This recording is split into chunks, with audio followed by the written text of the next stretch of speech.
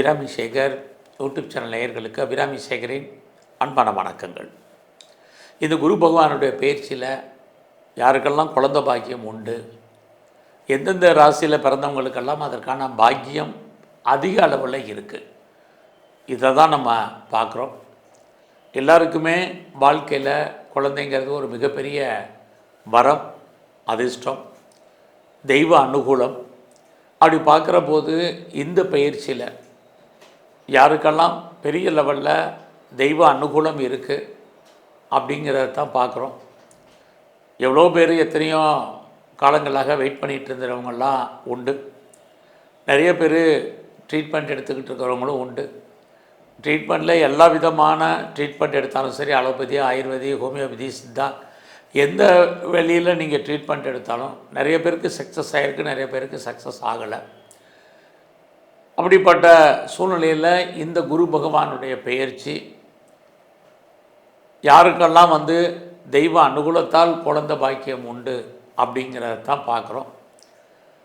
அப்படி பார்க்குற போது நிறைய ராசிகள் இருக்குது, நிறைய ராசிகள் வராமல் இருக்கலாம்.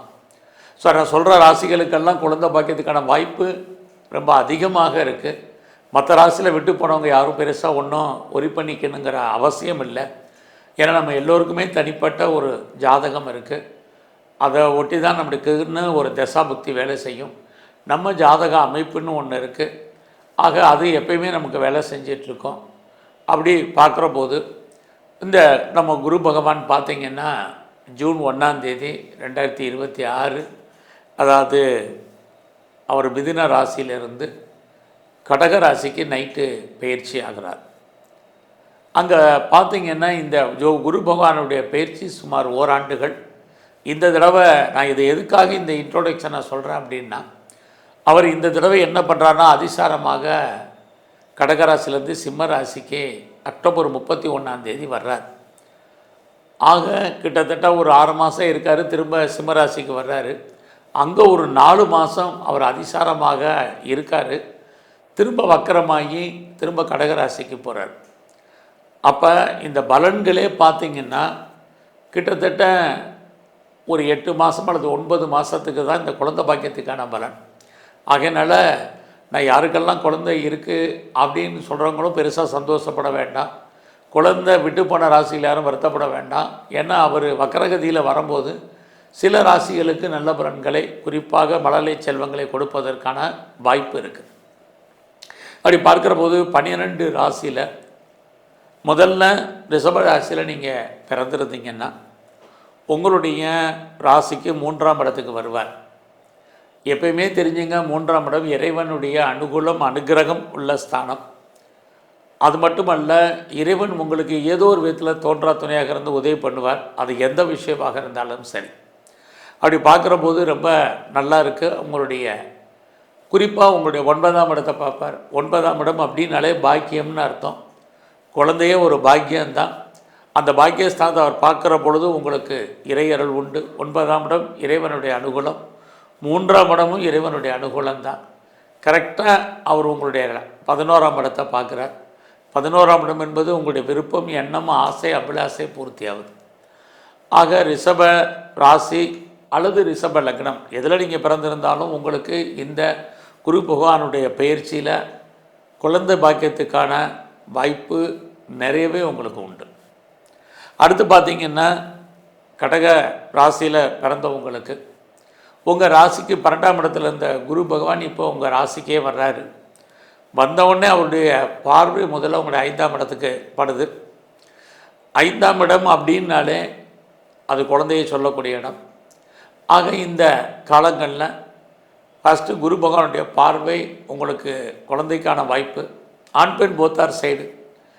அது மட்டுமல்ல, குழந்தையால் மகிழ்ச்சி, சந்தோஷம், இது அத்தனையுமே உங்களுக்கு இருக்குது. அந்த குரு பகவான் உங்களுடைய 7ஆம் இடத்தையும் பார்க்குறார். 7ஆம் இடமும் ஆண் பெண் ஜாதகங்களை சொல்லக்கூடிய இடம். எல்லாற்றுக்கும் மேலே அவர் 9ஆம் இடத்தை பார்க்குறது தெய்வ அனுகூலம்.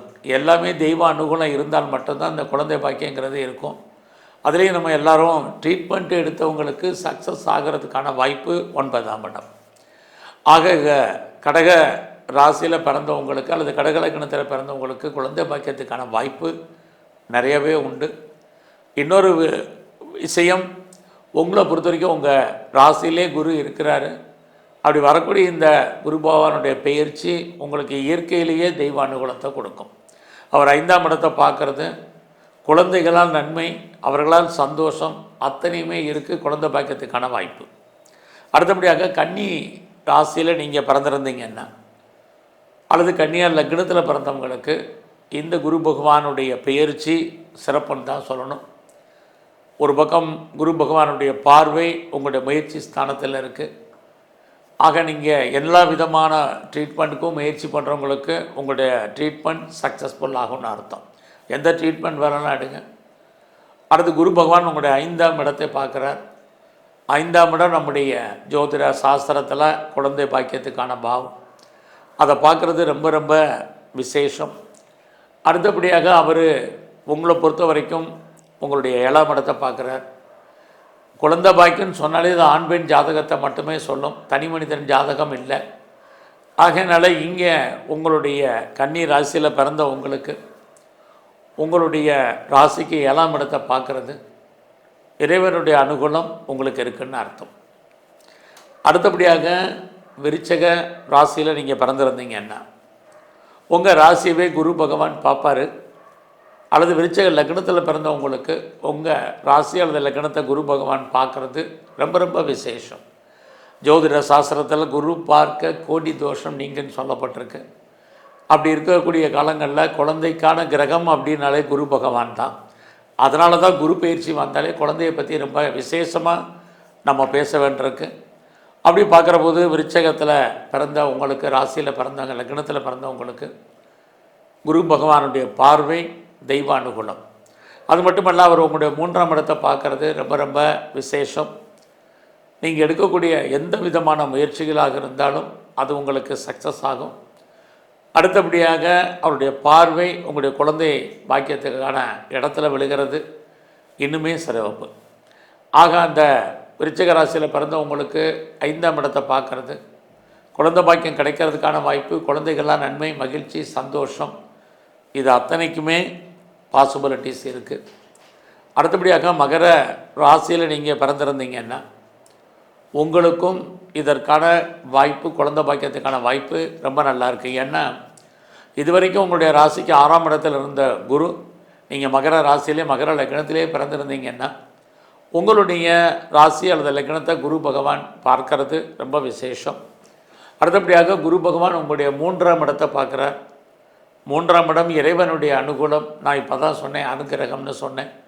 நாம் எடுக்கக்கூடிய அத்தனை விதமான முயற்சிகளும் தெய்வ அனுகூலத்தால் நல்லது நடப்பதற்கான வாய்ப்பு. இதை ஸ்தானத்தை குரு பார்க்குறது மகர ராசி லக்னத்தில் பிறந்த உங்களுக்கு விசேஷம். இது எல்லாவற்றுக்கும் மேலாக குரு பகவான் உங்களுடைய லாபஸ்தானத்தை 11ஆம் இடத்தை பார்க்குறார்.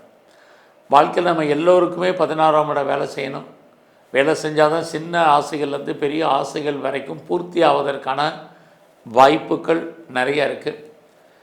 அடுத்தபடியாக நீங்கள் மீன ராசியில் பிறந்திருக்கீங்க அல்லது மீன லக்னத்தில் பிறந்திருக்கீங்கன்னா உங்களுடைய ராசிக்கு 5ஆம் இடத்திலே குரு வருவார். 5ஆம் இடம் இப்போ தான் நான் சொன்னேன் குழந்தைன்னு. ஆக குழந்தை பாக்கியத்துக்கான வாய்ப்பு மீன ராசியில் பிறந்த உங்களுக்கு ரொம்பவே இருக்குது. அதுலேயும் அந்த குரு பகவான் உங்களுடைய 9ஆம் இடத்தை பார்க்குறார். 9ஆம் இடம் அப்படின்னாலே இறைவனுடைய அனுகூலம். அது இல்லாமல் உங்களுடைய லாபஸ்தானத்தை பார்க்குறது குடும்பத்தில் ஒரு புது வரவு வர்றதுக்கோ அல்லது ரொம்ப நாளாக நீங்கள் எதிர்பார்த்துட்டு இருக்கக்கூடிய குழந்தை செல்வம் கிடைப்பதற்கோ உங்களுடைய எண்ணங்கள், ஆசைகள், அபிலாசைகள் பூர்த்தி ஆவதற்கான வாய்ப்பு இருக்குது. ஆக இதெல்லாமே முதல் தரமான குழந்தை பாக்கியத்துக்கான ராசி லக்னங்கள். இதில் விட்டு போன ராசிகள் ஒரு 6 இருந்தாலும் எங்களுக்கெல்லாம் குழந்தை பாக்கியம் இல்லையான்னு யாரும் ஃபீல் பண்ண வேண்டாம். ஏன்னா இடையில நான் அறிமுகத்தில் சொன்னேன், குரு பகவான் இடையில சுமார் ஒரு 3-4 மாதங்கள் வக்ரமாகிறாரு. அப்படி இருக்கக்கூடிய காலங்கள் அக்டோபர் 31 ஜனவரி 2027 24ஆம் தேதி வரைக்கும் கிட்டத்தட்ட அவர் சிம்ம ராசியில் இருக்கும்போது எதெல்லாம் நான் சொல்ல விட்டு போன ராசிகளில் இருக்கிறவங்களுக்கெல்லாம் குழந்தை பாக்கியத்துக்கான வாய்ப்பு கண்டிப்பாக இருக்குது. இங்கே 2 விஷயம் முயற்சி அப்படிங்கிறதுல யாரெல்லாம் குழந்தைக்காக எதிர்பார்த்துருக்கிறவங்க, குழந்தைக்காக ட்ரீட்மெண்ட் எடுத்து சக்ஸஸ் ஆகாதவங்க, அல்லது அடாப்டட் சைல்டு எடுக்கணும்னு நினைக்கிறவங்க அத்தனை பேருக்கும் இந்த பலன்கள் பொருந்தும். ஸோ இங்கே யாருமே விட்டு போனவங்க யாரும் பெருசாக ஒன்றும் வருத்தப்பட வேண்டாம். நான் முதலே அறிமுகத்தில் சொன்னதான்.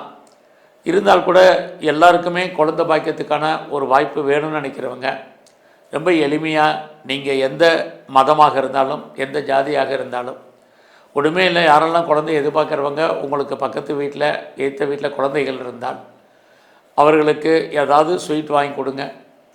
குறிப்பாக மஞ்சள் கலர் உள்ள லட்டு வாங்கி கொடுங்க, போதுமானது. இல்லை வேறு என்ன நீங்கள் வாங்கி கொடுக்கணுன்னு ஆசைப்பட்றீங்களோ அந்த ஸ்வீட்டை வாங்கி கொடுங்க. லட்டு தான் ரொம்ப சிறப்பு. இதை செஞ்சாலே உங்களுக்கு ஆட்டோமேட்டிக்காக குழந்தை பாக்கியத்துக்கான ஒரு எளிமையான வழியாக இது இருக்கும். நிறைய பேர் கோயிலுக்கு போய் பரிகாரம் பண்ணி எதுவுமே நடக்கலை அப்படின்னு ஃபீல் பண்ணுறவங்களுக்கு, நான் இறை வழிபாட்டில் நம்பிக்கை இல்லாதவர்களுக்கு அல்லது பரிகாரத்தில் விருப்பம் இல்லாதவங்களுக்கு எளிமையான பரிகாரம், நீங்கள் எந்த குழந்தைகளாக இருந்தாலும் அவர்களுக்கு செய்யும் பொழுது குரு பகவானுடைய அனுகூலம் உங்களுக்கு டைரெக்டாக கிடைக்கும். அதுவே நமக்கு வாழ்க்கையில் மழலை செல்வத்தை கொடுப்பதற்கான வாய்ப்பை இறை அருள் கொடுக்கும். குறிப்பாக குரு பகவான் தான் அதுக்குரிய முக்கியமான ஒரு அவர். ஆக அவருடைய அருள் கடாட்சத்தை வணங்குவோம், போற்றுவோம். நன்றி, வணக்கம்.